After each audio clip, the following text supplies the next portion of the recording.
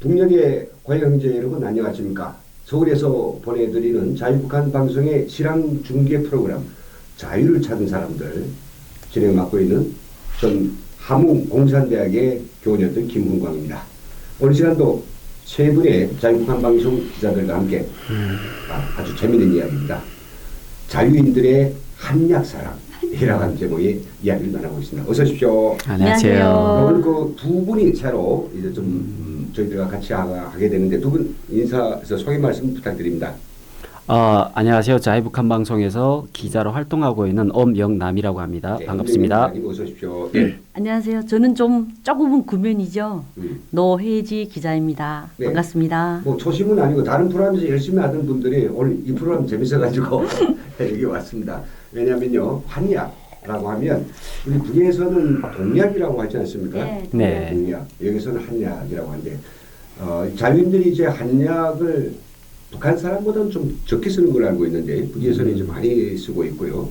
근데 이제 그런 것들이 사실상 우리 이 자유세계 어떤 국민들인 경우에 보약이라든지 또 아주 특별히 말이 잘 듣는 이런 특정 목적을 가지고 한약을 많이 쓰고 있습니다.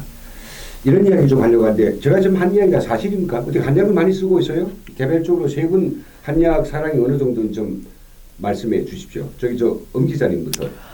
저는 그 한의학이라고 해서 제일 처음에 한약이라고 해서 무슨 얘기인지 잘 몰랐었거든요. 처음에 와서 알고 보니까 이제 말씀하신 것처럼 동약. 북한에서 공식 명칭은 고려의학이라고 말을 하죠. 그래서 제가 여기에 와서 한약을 한 2번인가 지어 먹었었어요. 예, 그 위가 좀 안 좋아가지고 제가 지금도 젊었는데 더 젊었을 때 어렸을 때 술을 많이 마셔가지고 이렇게 군인 때 술을 많이 마셔서 위가 좀 안 좋아져서 그래서 지금 한약 하고 계세요? 그 정도는 아닙니다. 네, 그죠. 위장 내시경은 현대의학의 힘을 빌리고 치료는 한약을 지어가지고 그래서 한 2번인가 지어 먹었댔었습니다. 네. 그러니까 이제 위 치료를 위해서 한약을 지어 드신 경우입니다. 우리 노혜주 시장님은요? 예, 저는 특별히 아픈 데는 없는데요. 항상 병원에 좀 감기기가 있거나 조금 아파가지고 가면 항상 기가 모자란다고 그런 얘기를 엄청 들었거든요. 그래서 그냥 일반 병원보다는 한의원에 가면 많이 가시죠? 네, 한의원에 가면 그래도 몸에 필요한 힘을 돋구는 그런 보약을 쓰면 좋다 그래가지고 좀 가는 편입니다. 많이는 안 가는데 조금 지금 컨디션이라도 조금 더 보장을 그냥 쭉 가기 위해서 그래서 조금 한약을 지어 먹는데 봄과 가을에 한 번씩 지어 먹는 편입니다.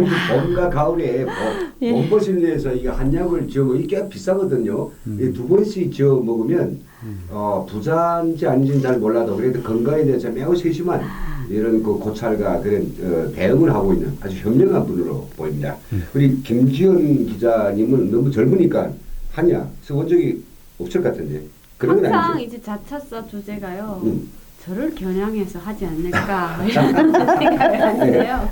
그렇죠. 제가 나이가 어리면 여러분들 생각에는 나이 어린 사람 한약 멀리 할 것 같죠? 그렇죠. 저는 북한에서부터 이 동약에 되게 가깝게 되어 있어요. 왜냐면 북한에 평양에 고려병원 있잖아요. 동의학 하는 병원. 북한에 신약을 믿을 수가 없어서 고려 한방이 북한은 오히려 남한보다 더 발전이 됐다 이런 생각을 많이 했었는데 제 생각이 오산이었습니다. 여기 남한에 와보니까요.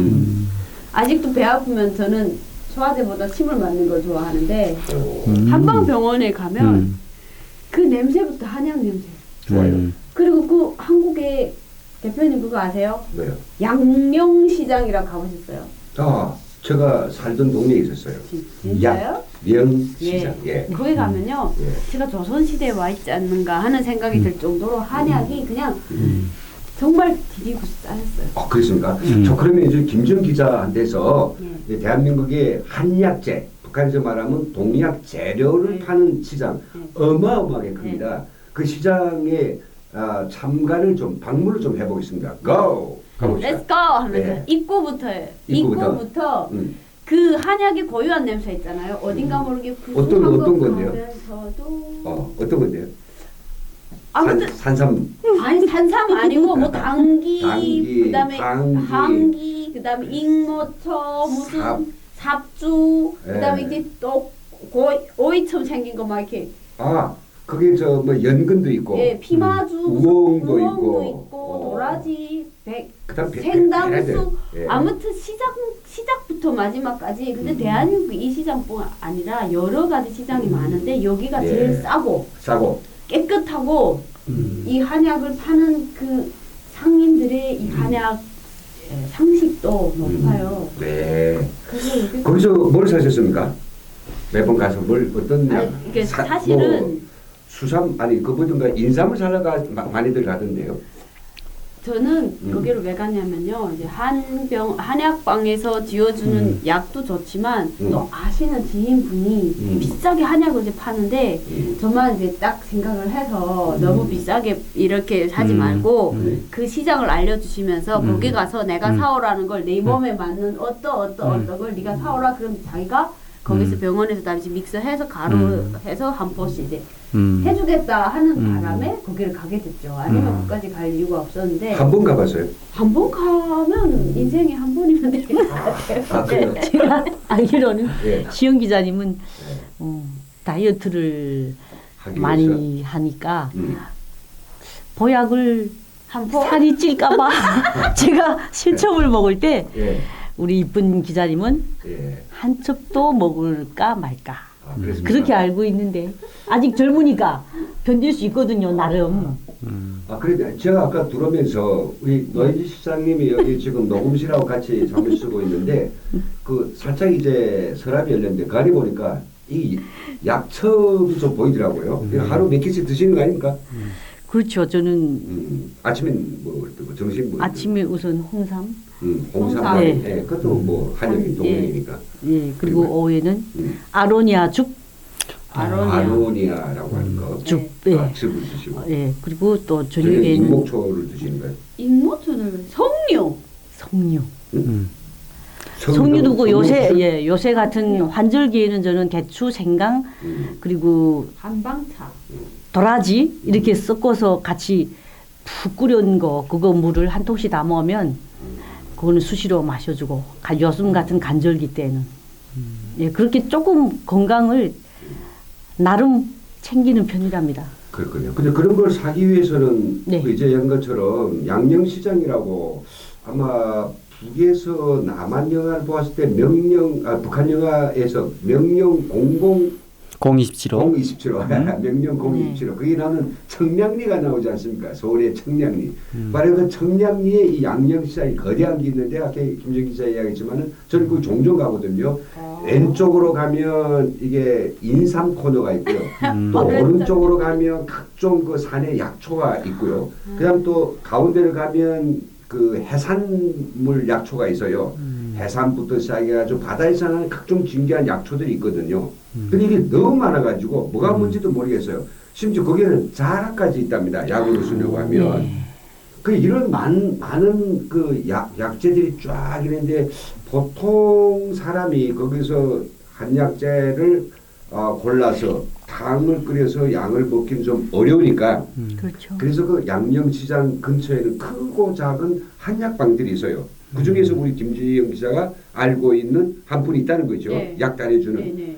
그 한약방에 들어가면 일단 냄새가 구수하다 그랬죠. 나는 그 한약 냄새가 너무 좋아요. 그 한약방에 가보면 눈에 척 보이는 게 뭐가 있습니까? 큰 가마. 중탕기라고 네. 합니다. 그렇죠, 엄청 중탕기. 높은 중탕기가 쫙 있고 네. 거기서 끓이죠. 예. 근데 한약 가면 여러분들이 정말 이제 그 북한에서처럼 나무 탄이 막 날리는 시꺼먼 철강을 생각하시는데요. 그런 거 아니죠. 여기는 현대적으로 거의 그게 네. 무슨 개인이 하는 한약방인지 국가에서 뭐 김정은이 현지도 안 현지 사적단인지 모를 정도로 예. 수댕으로 예. 번쩍 번쩍번쩍한 빛나거든요. 전기로도 하는 거 아니에요? 예, 그리고 벽체 하나만큼 그 나무로 된 한약 이렇게 장롱들 있잖아요. 열면 뭐 무슨 삽주, 뭐 말피, 뭐 다 그게 꽉 차 있거든요. 그렇구나. 그럼 저 기자님 제가 좀 여쭤보고 싶은 네. 게 우리 그 대한민국의 의학은 말이죠. 네. 신의학, 즉 양의학에 네, 있어서도 네, 네. 북한하고 대비하지 못할 정도로 가장 이 기술이 높지 않습니까? 네, 생존 네, 그렇죠. 기술인데 네. 왜 그러면 그런 신약 기술 아니면 양의학이 발전되는데 어떻게 저희 북한에서 한의학이 그게 쓰러지지 않고 계속 이렇게 존재하고 또 사람들에게 찾는 사람들이 계속 늘어날까요? 그 이유는 뭘까요? 글쎄요, 제 생각에는 일단은 그 서양의학이 굉장히 발전된 뒤 배경에는 일단은 미국의 영향이 많이 컸던 것 같고요. 또 미국의 유학생들도 많았고 지금도 유학을 많이 하고 또 그리고 세계적으로 또 그 서양의학이 그 뭐 어떤 치료하고 진단을 함에 있어서 첨단 기술을 그 도입을 하기 때문에 IT 강국인 또 대한민국이 많이 발전이 된 것 같아요. 근데 그 동의학 같은 경우에는 남한 같은 경우에 동의학이 아니라 한의학인데 한의학하고 양의학을 이렇게 별도로 구분해서 한의학 의사가 신약에서 치료하는 뭐 그 엑스레이나 이런 거를 찍으면 불법이거든요.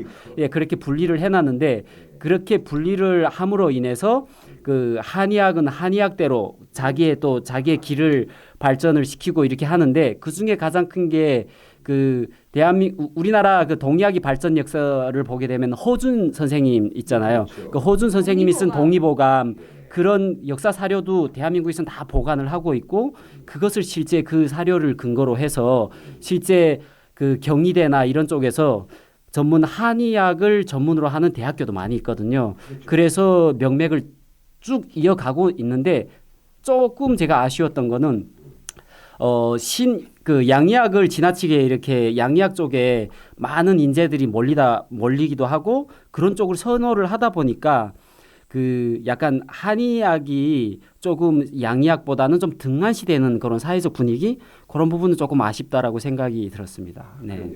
그러니까 이제 엄 기자님 말씀 정리하면 한약은 한약대로의 어떤 영역이 있고 또 신약은 신약대로의 영역이 있는데 이 대한민국 사람들은 어느 한쪽을 갖다 완전 없애버리지는 않고 있다. 네네네. 전통이니까. 네, 그렇죠. 그래서 그게 또 많은 한의사들이 있기 때문에 생존권 지키기 위해서 그걸 없애지 않도록 하고 있지 않습니까? 네네. 서로 이제 침범해도 안 되고 네네네. 그런 구조적 문제가 이제 중요하게 갈려 있다라고 하는데 그럼에도 불구하고 일반 사람들인 경우에 신약이든 한약이든 먹었을 때 네. 효과가 있는 쪽을 네. 선호하지 않겠습니까? 네, 네. 우리가 김준 기자 생각해 봤을 때 말이죠.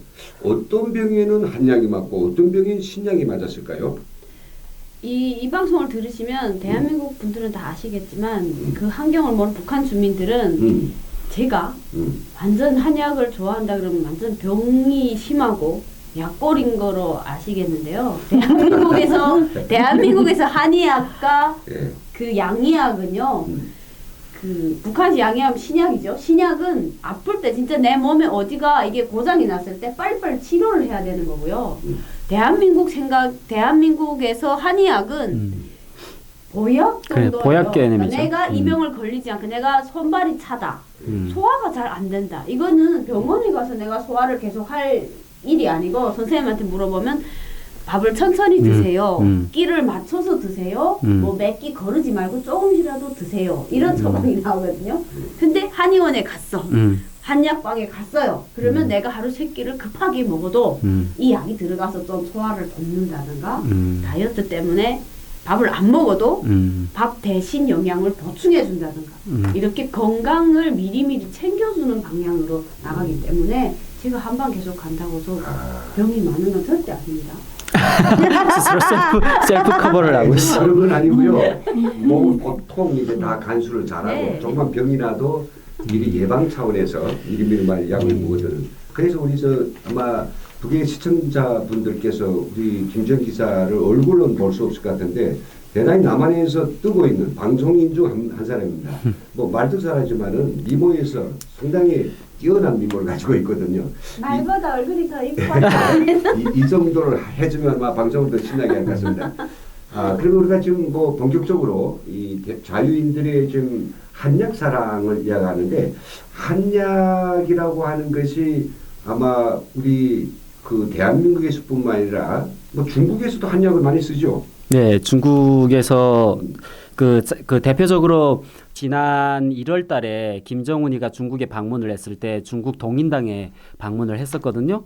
뭐 방문을 했던 이유를 구체적으로 알 수는 없지만 그만큼 국가 수반한테도 그 방문 장소로 될 수 있을 정도로 중국에도 굉장히 많은 그런 동의학이나 이런 데 발전이 있었던 거죠. 그 영향 때문에 북한도 아직 동의학 그 영향이 북한에도 분명히 있는 것도 맞는 것 같고요.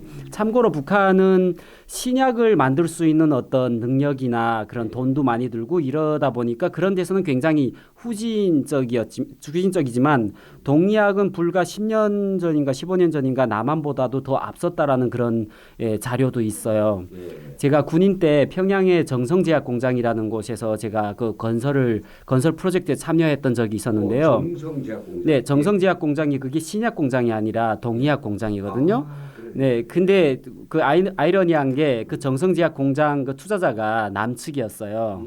그 남한에서 투자를 해서 이렇게 했는데 그게 지금 대북 제재나 이런 부분 때문에 그 원료 자재가 다 끊기잖아요. 네. 최근 뉴스를 보니까 정성제약공장이 자력갱생으로 했다. 뭐 이런 뉴스가 나왔더라고요. 근데 어디에서 원료를 조달을 받는지는 잘 모르겠습니다. 그래요. 사실 뭐 정말 우리가 이 자유인들이 몸에 어떤 탈이 생겨서 머리 아프든지 배가 아프든지 아니면 뭐 원인을 모르게 어딘가 좀 불편할 때 그때 우리는 생각을 합니다. 야 이게 아까 이야기했지만 양의병원에 갈 것인가? 그러니까 일반 병원이라고 그러죠. 의원이라고 하는 건 다 양약 내지는 양의 기술로 처리하는 데죠. 아니면 한의원이라고 써 있는 그리고 우리가 그 동의학 내지는 한의학 그 치료를 받을 것인가 이런 판단함에서 우리 노현지 실장님께서는 어디가 아프다 그러면 어떻게 두 병원 중에서 어디를 선택하는가요? 그 병에 따라 조금씩 틀리죠. 예를 들어서 갑자기 감기 들었다. 반절기에 감기 들었다. 그랬는데 편도선이 갑자기 많이 부었다. 당장 방송 일을 해야 되는데 할 수가 없다. 할 때는 급한 상황일 때는 저는 양병원에 가네. 그냥 양방? 예, 그냥 일반 병원에 갑니다. 한의원 말고. 예, 양방이죠. 예. 가면 그냥 갑자기 그 순간 염증을 해서 부은 게 내릴 수 있도록 예, 급한 처방은 일단 된다고 저는 생각을 합니다. 그런데 일단 양방에 가서 뭐 소염제라든가 이런 거를 받아오죠. 그리고 먹으면서 그다음에 저녁에는 또 집에 가가지고 그 자체로 그런 경우에는 뭐 뜨끈한 차 같은 거를 집에서 끓여서 예, 그냥 끓여서 필요한 차를 마실 수 있는 그렇게 저는 여러 가지로 각방으로 좀 하는 편이죠. 아, 그러네. 그러니까 뭐 확실하게 증상이 이제 뭐다라고 진단이 뚜렷하고 네. 급성적으로 진행되고 있으면 그리고 그 원인을 갖다가 우리가 완전히 그 미사일 타격하듯이 이렇게 타격해서 네. 금방 고치는 이렇게 효과가 뚜렷하게 짧은 시간에 나오는 그런 치료를 원할 때에는 주로 양방병원이나 일반 예, 병원에 맞습니다. 가는 것이고 그리고 뭔가 장기적으로 원인도 잘 모르겠고 또 장기적으로 가야 되면 이 신약 같은 건 한 줌을 먹지 않습니까? 근데 네. 일단 케미칼 화학이란 말이죠. 그렇죠, 안 좋죠. 이 한 줌씩 들어가서 몸에 계속 이렇게 먹는다면 나쁘지 않을까? 그 차라리 뭐 풀뿌리라든지 어떤 우리가 이 토양과의 바다에서 나는 그런 자연 천연 물들을 가지고 병을 치료한다. 그게 더 좋은 거 아니에요? 그렇죠. 이렇게 쭉 내다보고 하는 이런 치료를 받고 싶으면 한방 내지는 한의병원에 가는 걸로. 네. 그게 뭘 수 있는가요? 네, 사실 그런 부분 때문에 특히나 좀 나이가 좀 있으신 분, 그러니까 뭐 나이가 엄청 많지는 않더라도 적어도 50대 이후에 되시는 분들이 그런 생각 때문에 사실 신약보다는 한방병원에 많이 찾으시는 분들이 있거든요. 실제 지금도. 그렇죠. 그래서 솔직히 아무리 내가 약을 잘 만든다 할지라도 수요가 없으면 망하잖아요. 자본주의라는 게. 근데 그런 분들이 있음으로 인해서 한방병원이 계속 좀 명맥을 이어갈 수가 있고 또 그리고 또 탈북하셔가지고 여기에서 한의원을 차리신 분들도 굉장히 많은 걸로 알고 있거든요. 네, 굉장히 여기서 한의원을 하나 차려도 굉장히 돈도 많이 벌고 네 그렇게 한 걸로 알고 있습니다. 아, 그러네요. 그렇다고 하면 우리가 그 한약을 지어먹 그 한약 사랑인데요. 이 자유인데 한약 사랑인데 한약 사랑이 그렇게 된다고 하면 어딘가 우리가 한약은 대한민국 사회에서는 주류의 약이라기보다는 몸보신, 네. 보약으로 쓰이는 네. 경우가 많고 그런 그다음에 경우가 두 많죠. 번째는 그 신약 양방에서 해결하지 못하는 그렇죠. 어딘가 원인이 애매하고 네. 그리고 그걸 좀 오랜 기간에 한약 그 화학 재료를 안 먹고 서서히 뭔가 내가 고치고 싶은 이런 데 많이 쓰는 걸로 그런 분들이 많이 찾는 걸로 봐도 괜찮은가요? 네. 그렇죠. 허리가 아프다. 자 이제 제가 양방에 가겠습니다. 허리 아프다면 엑스레이 찍죠. 네. 뼈가 잘못되지 않았느냐. 네. 근데 그 안에 신경도 있죠. 네. 뼈는 괜찮아요. 근데 신경이 진짜 좋아진지 나빠진지는 이거는 판단이 안 나거든요. 네. 근데 계속 아파요. 이런 경우에 한방에 가면 어떻게 주던가요? 침도 찜질해서. 넣고 찜질도 초음파 하고 쏘고. 네. 그 뼈 허리에 근육에 좋은 약도 처방해주고. 그러니까 침도 넣고 네. 부항도 그렇죠. 붙이고 네, 맞습니다. 근데 그게 시원하잖아요. 딱 침을 뽑는 순간에 완전 고쳐지는 건 아니잖아요. 네, 그건 내일도 아니죠. 가고 또 모레도 가고 해서 일정한 기간 동안 해야 되죠. 차도가 있고 그래서 아마 일정하게 이 허리의 근육들이 조건을 아프지 않고 그 근육도 네. 키우고 이런 조건을 보상해 주는 데는 그 환경을 만들어 주는 데 한약 이상 없다라고 생각됩니다.